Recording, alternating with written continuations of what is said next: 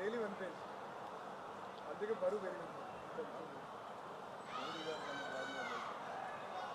మోడీ గారి కన్నా బాగా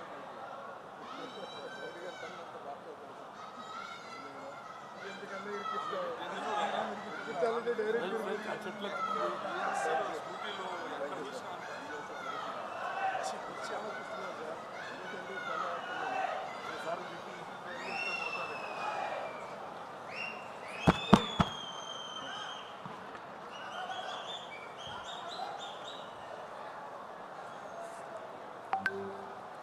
యువగళం ఓ రాజకీయ ప్రయోజనం కోసం చేసినటువంటి పాదయాత్ర కాదు.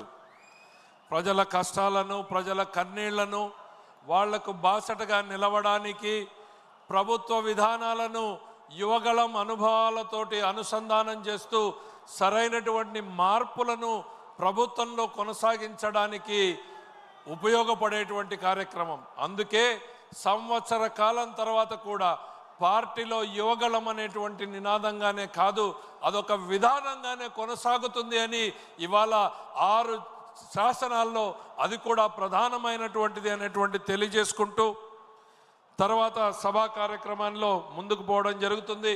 మరొకసారి గుర్తు చేస్తా ఉన్నా, వర్కింగ్ లంచ్ ఉంది, భోజనాలు నడుస్తూ ఉన్నాయి, సభా కార్యక్రమం కొనసాగుతూనే ఉంటుంది. విడతల వారీగా వెళ్ళాలనుకున్న వాళ్ళు వెళ్ళి భోంచేసి రావచ్చు. వేదిక మీద ఉన్న వాళ్ళు కూడా మీరు వెళ్ళాలనుకున్న వాళ్ళు వెళ్ళి రావచ్చు అనేటువంటి తెలియజేసుకుంటూ సభా కార్యక్రమాన్ని నడపడం కోసం ఈ యువగళం స్ఫూర్తిగా యువతకు అవకాశాలు ఇవ్వాలి.